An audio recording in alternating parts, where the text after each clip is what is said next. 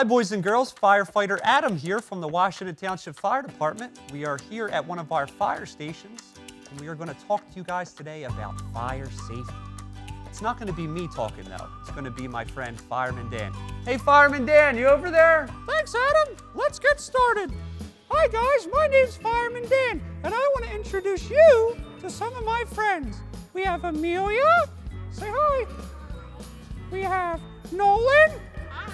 And Brody. Hi. Say hi, kids. Hi. So today, we are here to talk about fire safety. So what is fire safety? It's keeping yourself safe from fires. So the first thing we're going to talk about is smoke and fire. So smoke comes from fire and is also dangerous. Smoke is poison and it's also fast. We want to stay away from it, so we get down low. The other thing we're going to talk about is fire. Fire is hot, very hot. Fire can burn just by staying close, like in the picture with this chimney and candles. We never ever go near it, right kids? Right. Right, so we never go near fire. Now you may see adults use fire. Can adults use fire for good things? Like grill? Yeah, like a grill. And what else can they use it for, Amelia? Candle? A candle? What do you think, Brody? A fire pit? A fire pit or a fireplace. Very good. Now, it is only to be used by adults, right? Right. Okay. Fire can grow really fast if we're not careful. So that's why we never play with it. And adults always have to supervise, okay? Okay. All right, we're going to send it back to Fireman Adam, who's going to teach us about practicing home fire drills. Get him, Adam.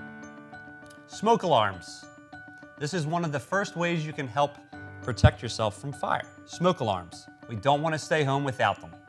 So where are smoke detectors usually at? Are they on the floor? Are they in the fridge?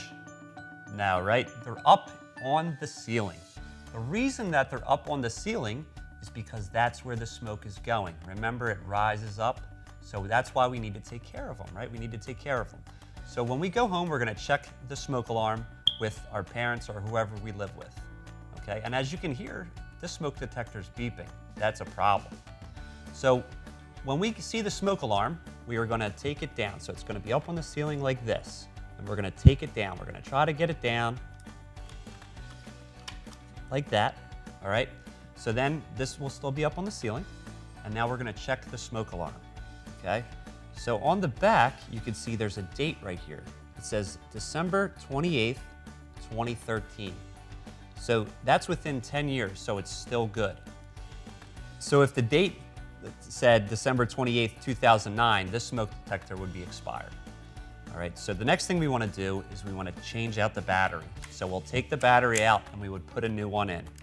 We also want to change the batteries on the smoke detector when we change our clocks. Okay? And the next thing we're going to do, once it's back up on the ceiling, is we're going to press the test button. Make sure it's working. Okay? So the smoke detector went off. We know it's in good condition. So we want to change our batteries when we do that. We want to make sure that they're working, because think about it. If your smoke alarms aren't working and you have a fire, how are you going to know if you're sleeping? It's very, very important. We recommend that you have one on every floor and one in every bedroom. So please go home and check them with your parents tonight. This year's theme for fire prevention is Not Every Hero Wears a Cape. Plan and practice your escape. A fire is not the first time that you want to do your first fire drill. You need to practice them at least twice a year, once during the day and once at night. You can start the fire drill by pressing the smoke alarm in your house. We want to practice getting down low underneath the smoke. We'll get back to that later. And we want to get out of the house. But it's very important, boys and girls, that we have two ways out. Because think about it, what happens if the first way is blocked? We want to have a second way out, right? So I want you guys to check out this video real quick.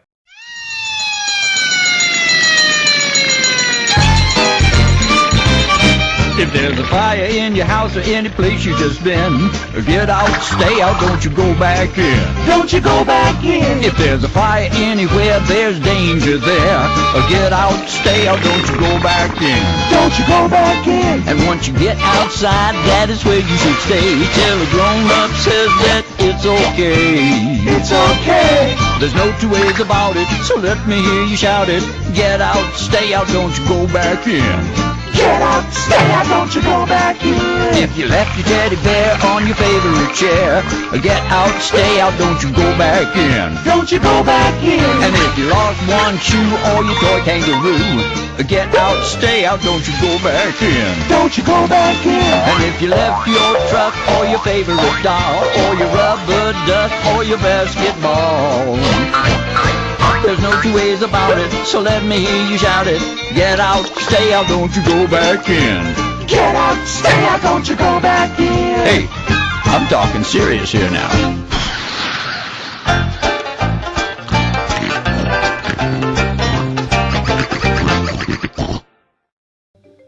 So if you have smoke in your house, we want you to get down low. So smoke is hot and it rises. Remember I was talking about how it's hot and it usually goes up? We want to get down low underneath of it because we don't want to breathe it in. So as you can see in these two pictures, one with the firefighters, that's what we do. We get down low underneath the smoke because we can see better and it's cooler near the floor. It's about 100 degrees near the floor, but once you start going up towards the ceiling, it gets upwards of 1,000 degrees. Very, very hot. So we want to get down low like this little boy is in this picture right here. Back to you, Fireman Dan. So now that we practiced our fire drills, we need to have a meeting place with our family outside. It can be a mailbox, a tree, or even a neighbor's house. But it needs to be somewhere that's far away from the house that's on fire. Okay, kids, does anybody know the number for emergencies? 911. 911. You guys are smart. Awesome job. So 911, boys and girls, is for the number for emergencies. So if your house was on fire, would that be an emergency? Yes. Okay. If a bad guy was trying to break in your house, would that be an emergency? Yes. What happens if somebody couldn't breathe or was hurt? Is that an emergency? Yes. Okay, good job. So, when you call 911, you have to know your address, right? And then you gotta listen to their instructions, and they're gonna give you special instructions and you follow them, and then they're gonna send help. Now I want you guys to watch this video about 911, okay? All right. Hey, Michael, Yeah? I have a question for you. What? I heard this new word, and I'm not sure what it means. What? The word is emergency. Have you ever heard of that? Yes. It's something, emergency is something that's very important. Like if there's a fire. Well, if it's a fire, it's an emergency? Yes. And what do you do in an emergency? Wherever you are, you gotta try to stay away from the fire. Don't. Okay, so if the fire's the emergency, get away from the fire. Right? You get away from it. Yeah. And do we call anybody if it's an emergency? Yes. Who do you call in an emergency? The firefighter. Well, how do you get in touch with it? What is it? 911. You call 911 in emergency. Yes. Michael, you sure know a lot about emergencies. Thank you. You're welcome. Now we want to show you guys that firefighters are your friends, even though we wear these silly costumes. So I want you guys to watch Firefighter Josh get dressed in his gear, okay? Okay, boys and girls, here we have Firefighter Josh King from the Grenloch Fire Company. Josh has been a volunteer firefighter with us for many years. And Josh is going to show us what a fireman looks like in his gear today. So the one thing we want you guys to know is that firefighters are your friends. We never want you to be scared of us. As you can see, Josh is a very nice, friendly guy, and he just looks a little silly when he gets dressed up in his gear. So Josh will start getting dressed. So the first thing Josh does is take off his shoes, because you can't wear shoes inside of shoes, right? So you can see that Josh has his gear set up in a particular way that he can get dressed quick. So as you can see, Josh just put on his boots and his pants at the same time. How cool is that? So what they protect is Josh's legs and feet from the heat. Okay? So next he's going to put on his hood, and that helps protect his ears and his head, but we'll get back to that in a minute. So next is the jacket. We wear a jacket when it gets cold outside, right? Well, firefighters wear a jacket all the time when they go into a fire, and this helps protect his back, his chest, and his arms. So we got to make sure we zip it up nice and tight, clip it up.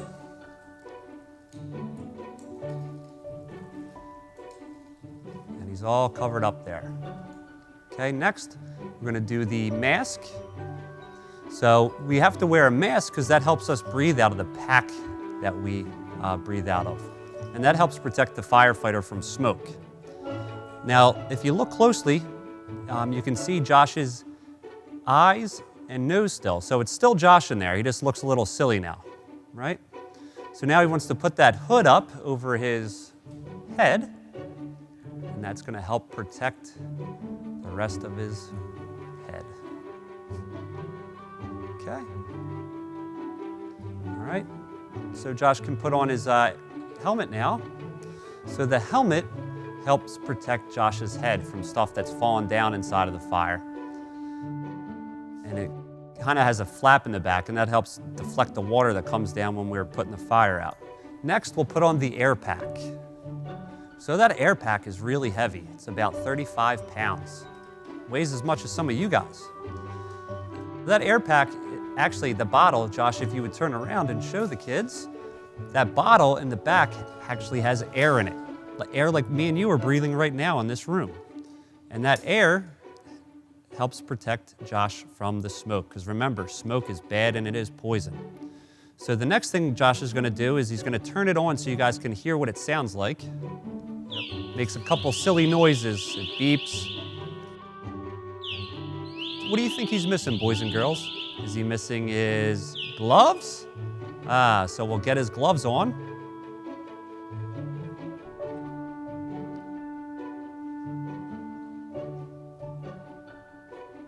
And 2. So now Josh is completely protected from heat inside of a fire.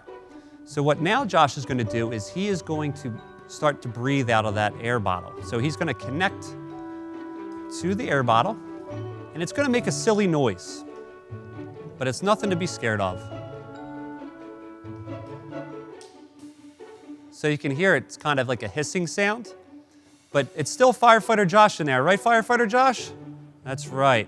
So Firefighter Josh is nobody to be scared of. We just have to wear this to protect ourselves when we go into the fire to try to help people.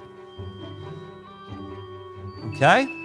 So it's still Firefighter Josh in there, and Firefighter Josh is still our friend and nobody to be scared of.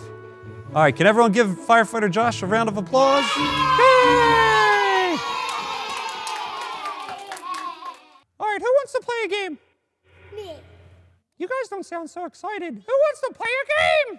Me. All right. So the game is called Hot or Not. I'm going to show you guys a picture, and you guys are going to tell me if it's hot or not. Okay? Okay. So the first picture is lighters and matches. Are they hot? Yes. Yes, they are. Are they dangerous? Yes. Yes. Yes, they are. So adults use lighters and matches to light candles or even light a grill. But these can start big, big fires, so we never ever touch them or go near them. Okay? Okay. Good job. All right, is this picture of a lighter hot or not? Hot. Yeah. It's hot. So if you look closely, you can see a little bit of fire. And that fire can get really big if we play with it. So that's why we never ever touch lighters or matches. Good job. All right, how about a teddy bear? Is a teddy bear hot or not? No. No, it's not hot. Good job. All right, does anybody know what this is? This is a sparkler. They're used on the 4th of July. Is that hot or not? Hot. Hot. Very good. And no kids should actually be playing with these because they can burn you. All right, is ice cream cones hot or not? No. No, they're not hot. Good job. I like vanilla. All right, is a stove hot or not? Hot. So, adults use it to cook dinner or food, right? Yes. But kids shouldn't be going near it. No. So never ever play with the stove, okay? Okay. All right. What about a grill? Hot. Hot. So what do you cook on a grill? Like grilled cheese? Yeah, well, you can do that, I guess. Or hamburgers or hot dogs. All right, but grills get really, really hot.